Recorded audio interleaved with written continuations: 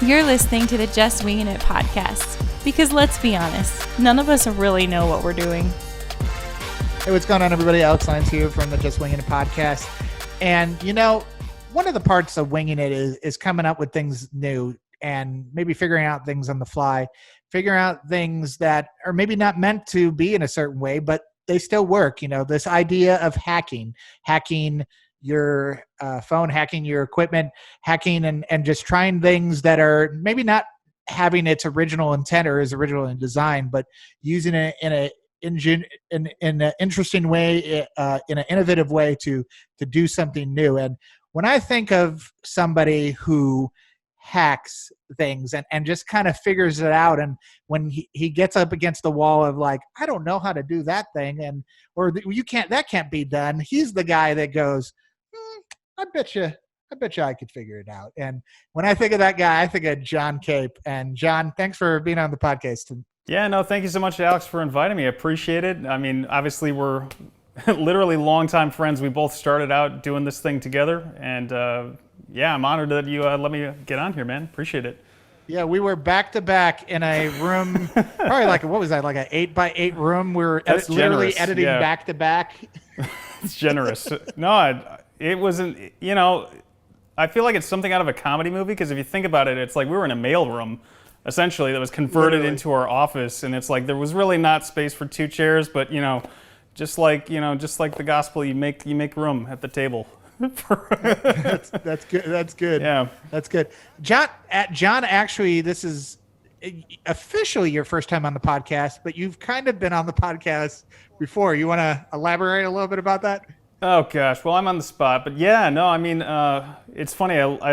You sent me over your podcast to check it out, and I was like, sweet, I'm going to listen to it, and I like played it, and I was like, wow, this is well produced. Like they got, it's Alex and Morgan, right? Like the different people were on the show, and then they come into this first story about this guy who worked with you in a mailroom, and just anytime that you, Alex, would ask this person, how did you do that? He'd just reply like, it's just magic.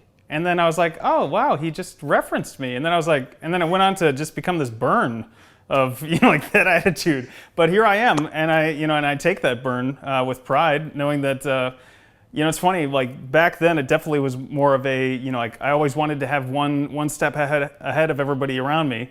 And so it was both a mixture of that, a mixture of validation. But I think where we're at now as a church, obviously, for those who are listening in the distant future of 2021, where things are all back to normal, 2020 was pretty rough. And so yeah, man. It's like, those days of really being protective, and you hear it, like you see it on all the church groups, around, like those who are looking for questions and stuff. It's like there's this level of like, I'll give you this much, but I'm going to keep these cards to myself, and so that's where I'm like, it's funny that bringing it full circle, it's like here I am, like ready to just share whatever and talk about whatever and help wherever I can. So today the magic will be all revealed. All the rabbits will be pulled out of Jon's hat almost today all of them. Yeah. On the Just Wingin' It podcast. Well, we'll try and get through at least I totally a couple get that, rabbits. man. I think as young creatives specifically, you want to be a step ahead, man. You want to make it so that what separates you from everybody else. And I think this hoarding of information or hoarding the secrets of makes you feel like you and because you're afraid that if I reveal all my secrets, then I'll be revealed for the fraud that I am, or I'll be revealed for, then they'll just copy every single thing that I do. But to me, obviously it gives you the influence, and the fact that people will go to you and I think is a good thing. And, just over time, being able to, unravel that onion and know that, it being able to realize those things, I think it's good. I think it's good that that it's full circle. And, it's been almost, been more than 15 years since we were in that my goodness, that man. hot, Yeah, in that hot mailroom. And I think we're coming up on we're still talking. So almost 2 decades here. Not burning bridges there, creatives. Even if there's somebody who is your antithesis and you want to be like them or whatever, you want to be the anti-hero or whatever, don't burn bridges, man, because you never know like when things are going to come back around to be able to be working on things together. So very true. So I mean, Jon is a perennial hacker, both in the literal and physical sense of the word. Like, doing stuff in things that, weren't even possible back in the day with DV tapes. If you guys don't know what that is, those are little cartridges So dated that right have now. magnetic tape on them, and you press a button and it actually records video in real time. Yeah. And then later you would have to transfer, like, I don't know if you guys know what that is, but anyways. Fear of magnets was around the world, yes. Magnets, how do they work? We don't know. Yeah, there's a lot of new things back then. For sure. But, Jon is a person who, this magic that the Lord has blessed him with, he was able to always figure out how to try a new thing and do something new and to hack together, to figure out things, doing things pre-YouTube tutorials, where the only tutorial for After Effects was like Andrew Kramer on his own site in like Flash video, circa 2003, 2004, 2005, pre-YouTube, boys and girls. Like Jon was able to be the people that if there was YouTube back then, Jon would have had YouTube to be able to figure out how to do everything. Well, now that I've inflated your head so much. No, I'm joking. Yeah. No, but all that to say is that Jon was making up things and figuring out how to hack things, and that's why I wanted to bring him today, because just like he, 15 years ago when he was hacking things, he's still hacking things today. And so, Jon, just kind of talk to me a little bit about like what goes on in your mind when you come up against this problem. The hacking really is creative problem solving more than anything else. When you come up against a problem where you're like, oh, this platform can't do this, or this, I'm in this situation, what comes in your mind when you think of hacking, and how do you start? Take me into the mind of Jon Cape of how you start to twist that to figure out solutions. Well, if it's cool, I'm going to tell a story about it, because and actually you were with me during part of it. I think, I launched in a company, I think it was around 2015, I think. It was a slow motion booth company. Like right after that first viral video hit, we were like week 2, we had already launched a brand and became like #1 on Google for it, and had a lot of crazy connections come out of it. One of them was, it's funny, any director would refer to it as like the fruit company. But it was with Beats and Apple, and at the time it was terrifying. But they reached out to me and was like, "Hey, we'd like to do this project. It's in multiple different cities. Would you like to be a part of it?" And in my head, I was just like, "This is awesome." But I've also read news a lot about creatives that have gotten burned, and so I was like, "Yeah, no, I'm interested. Here's my specs." I was literally trying, even in that basic time period, to create. A system that could essentially do what the solo selfie did on TV, but that a normal user could do it. Because, obviously they've got either a techno crane, they either have a robotic arm. I think probably in that time they were using dollies, because that stuff just hadn't really hit the masses yet. Even in fringe tech people, it still wasn't there.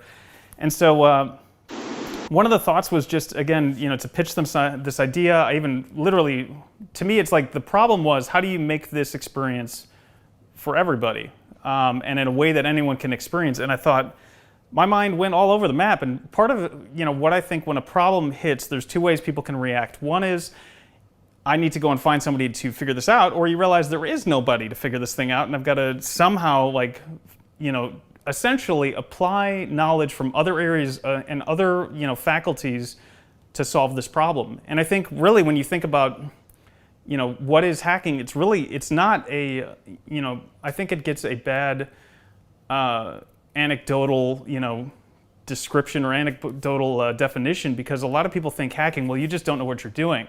No, you actually do know a lot about what you're doing, enough to where you realize that the tools that are, finalized are not really great.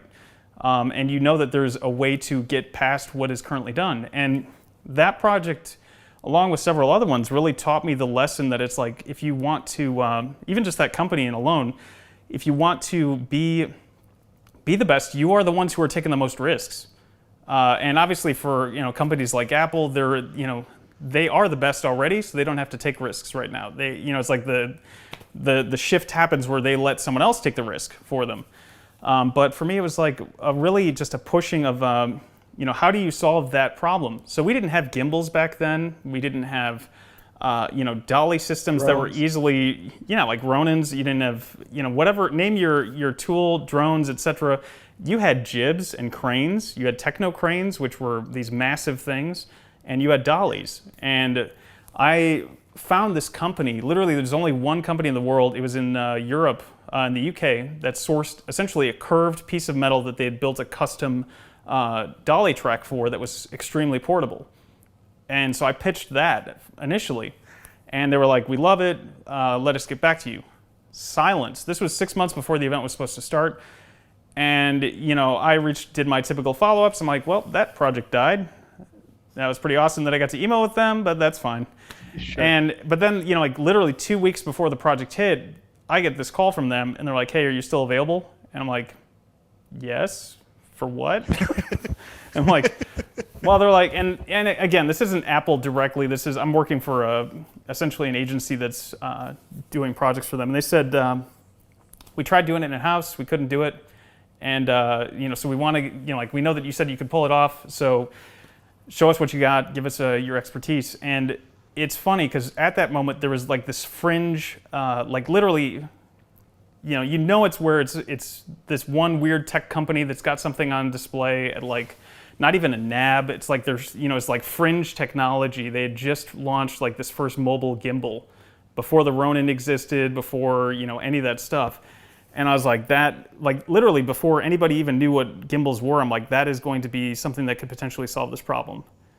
And so prepped through all the project, and literally, I'm not joking, throughout 2 weeks, we changed specs at least 10 times, like even in the same day. And, so that project to me was like one of those moments where it's like, as a spec is, you're expecting this to happen, and then it's like, no, but actually, can we just have it do this? And you're like, okay. And you have to sit there and rethink through your entire workflow, both for how you're gonna even achieve recording it, to, downloading that, sharing it. Like the ease of use that we have right now is insane. Like the level of, the fact that I even know AR developers that can give them a call and be like, hey, let's make an AR app, and leverage these filters, and make it happen. I'm like, I didn't have that. I had no developer friends that I was like at the level that I would need.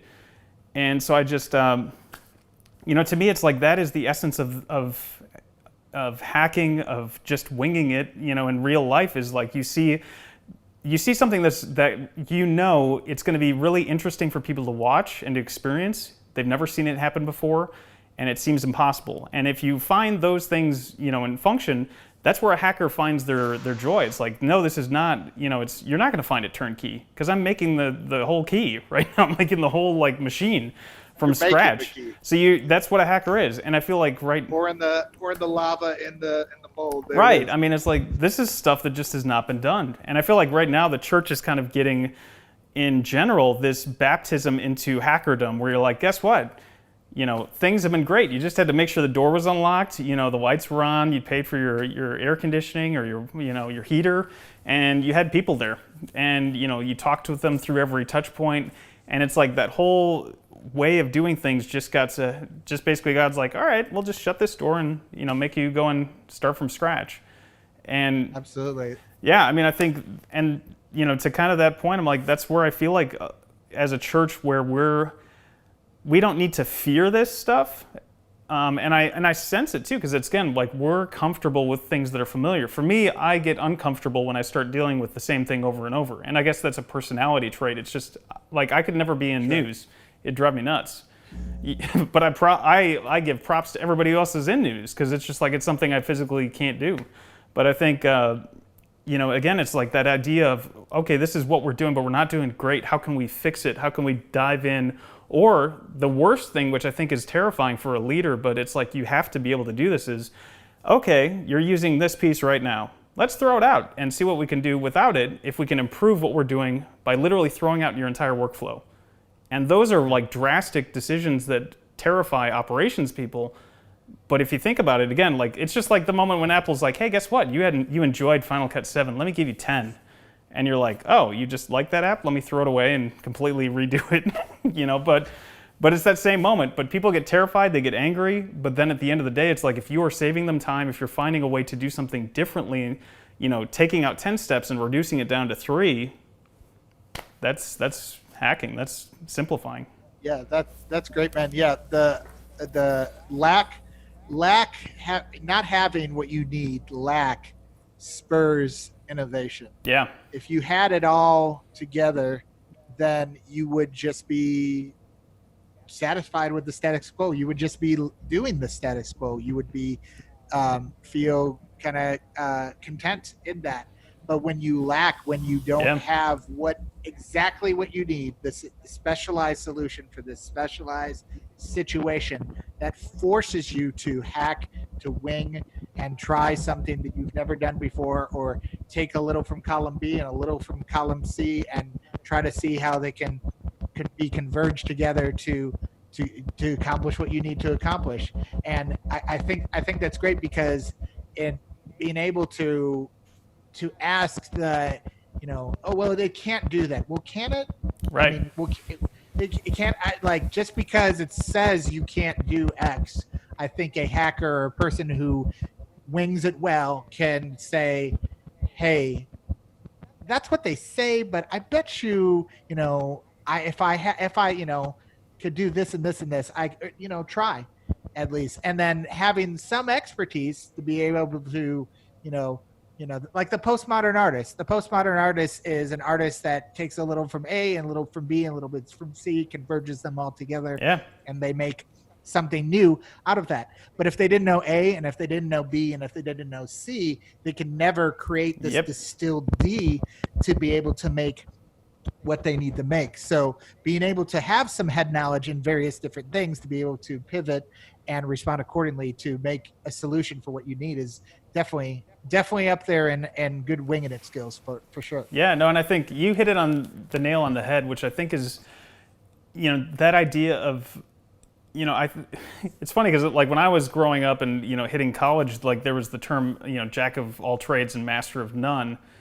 But I think actually it is a benefit, because what I've realized even from the time that I was spending at the church, when you're constantly inside of the church from the inside church culture perspective, which I was for, 10 years, and I don't regret a single moment of it. I loved it.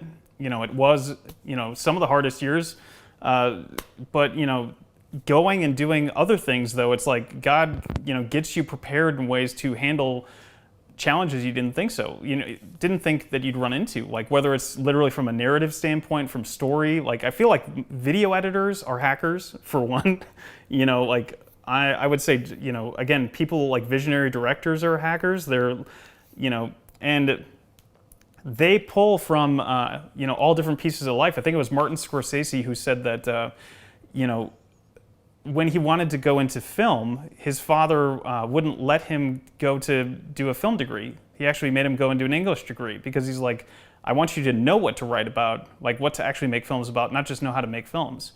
And so it's, again, like that cross-pollination, the idea of, different experiences paying off. Like for me, like right now, like all those experiences of doing that slow motion company, which turned into an event experience company, like did, projects for Facebook, did projects for, A&E Networks, Pandora, and all these other things.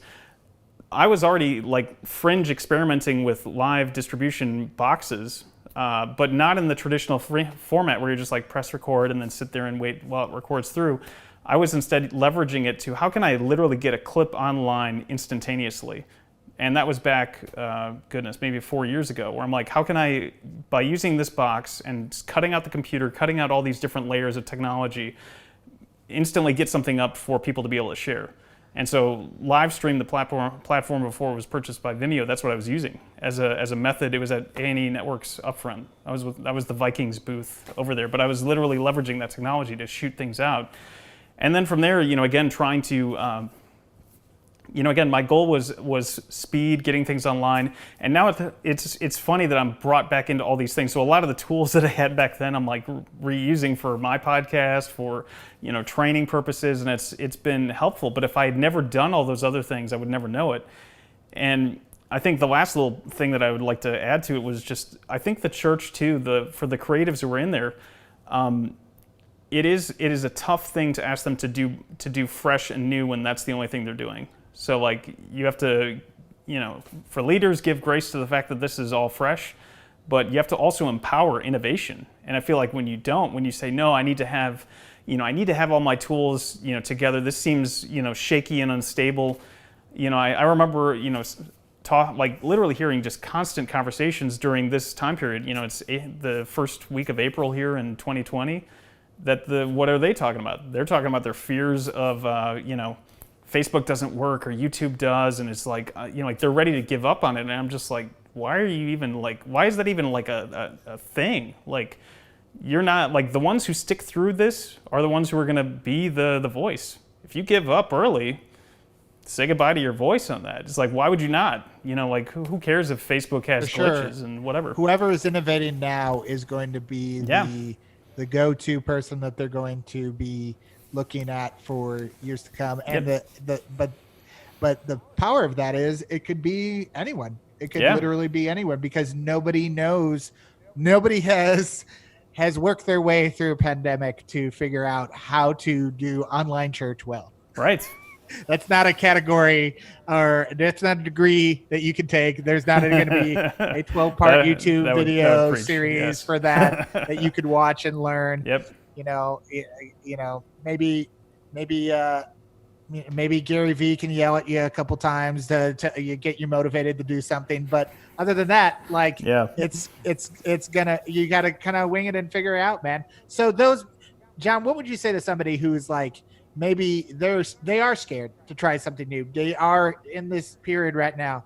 They've always done it in way X. What's a good like first step to be able to try to hack or try to wing something? Or what is a good thing to like just be like that first baby step to try to wing it, to try to do something new, to try to hack something or together to be able to use a familiar tool in a different way? Well, I think there's a couple key lessons to it. I think the first one is always practice on something that's safe. That's the first thing. So you want to isolate, if it's something that you're testing, you don't want that public facing yet, but you want to prepare it to be public facing.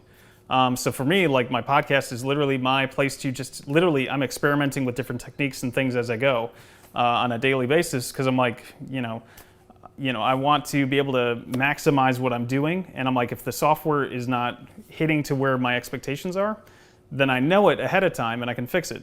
So having a private space that you're doing it, just like you would have, the old shed out back where dad's building, whatever, like in nostalgia terms, you need to have you need to have a workbench and a place where you can do it, your garage. The other thing I would say too is you need to be willing to, and it's funny, I think we referenced him, but a friend of mine who was, back in the day worked as a creative director in Motorola, was a mentor for me, said, if you're going to fail quickly. And I think, again, it just goes right in the face of this whole perfectionist attitude that is like, one glitch is going to ruin the entire experience for people. No, if they weren't really followers, yes, it will ruin the experience for them, but then are you really wanting them? Like, do you need that extra number count for it? Like, odds are they're probably not even like contributing anyways. So like, that's the kind of rebuttal where it's like, you got to be willing to try new things and to risk and know that you will fail, but that's part of the process. Yeah. And obviously, for sure, history lessons through all that on, inventors who did that, politicians who did that and made it through. And then I think the last part, which is actually, this is more on the technical side of things, and this is a lot of the work process that I go through, is you have to know all of your points of failure. So that means once you put into a thing, whether it's in your mind or on your paper, I know once I've added this piece in that this is now a link in the chain, that if it breaks, I need to be able to trace my way back to where the problem first originated, whatever it might be. So. Yeah, for sure. Every link in the chain affects every other link in the chain. Signal flow, the whole 9 yards. How many different versions of rubber? How many different concoctions were thrown together before they actually, discovered? Oh, this is how we do rubber. The filament. How many different filaments that went through before the actual filament, happened to create the light bulb. So not giving up early, but failing quickly. And to me, failure right now in the day and age that we're in, to me, shows authenticity and shows to me approachability. If John Krasinski can have a drawing of his kid's logo in the background and get like 7 million views, and just be him. And he's obviously recording from a MacBook, and like he's embracing the non excellence, the non-polished version. To me, this is a great opportunity for people to try things, Yeah. because in being imperfect, it shows your imperfection, which to me shows your realness and your authenticness of where you're at right now. Every pastor who preaches from his couch with the angle, up, or we all have an uncle or a friend Yep. who is, maybe like that. So there's, like my pastor is talking to me and he's on the couch, or, like I'm connecting with people online or through a Zoom call or through something. To me, trying something new now is a great time for that. Yes. To wing it, because literally the entire US anyways, and most of the planet is figuring this thing out, and there was never a better time to wing it when the whole planet is really winging it. So Jon, man, you can tell us all the secrets on your podcast. We'd love to hear more about that. We'd love to hear how you can, Jon's gonna hack TikTok, where you could do a live stream from OBS to TikTok via your Ronin on your via your drone. He's going to figure that out. You're going to have a drone shot that's going to go to OBS, that's going to go to TikTok, and that's not a thing. I don't think it exists. And watch Jon right now That go. actually is probably possible. No, I mean, it's a question of quality, but it's probably possible. That requires the truest sense of cracking, not hacking, where you're literally breaking into, their code to do that. But yeah, I think. But the fact that, see, this is the thing, man, about Jon. The fact that he's like, actually, you could do it if bloody, bloody, bloody, bloody, bloody, bloody, bloody. That's brilliant. And I pray that each of you have a spirit of that and have an ounce of that as you're going through your next weeks and months, that you're encouraged to wing it and to try something new, to see something that is familiar and try it in a new way, a new spin, be it physical item, be it, literally using a lamp to light yourself, or something like that. Yeah. Being able to try things to make things, a new way. So I just pray that will be something you guys could do. And Jon, I just appreciate you being on here today to teach us a little bit about that. Jon, where can we find you on the interwebs? Yeah, so I mean, we are on Facebook, we're on YouTube, we'll soon be on Twitch. Thanks, Alex, for the for that. No, but you can find us there. It's going to be LeCape Inc. So LECAPE Inc.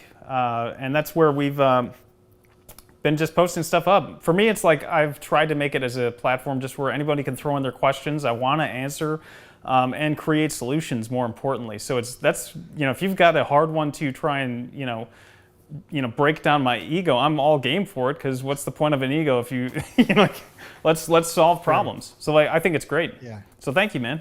Jon, for sure. Jon has a servant heart. He wants to find solutions. He wants to help people at the core of it. And I appreciate him designing to do that. So know, guys, that wherever you are right now as you're winging it, we know that you are loved, you are seen, you are not alone, as we're all winging it together. Bless y'all. We'll see you next time.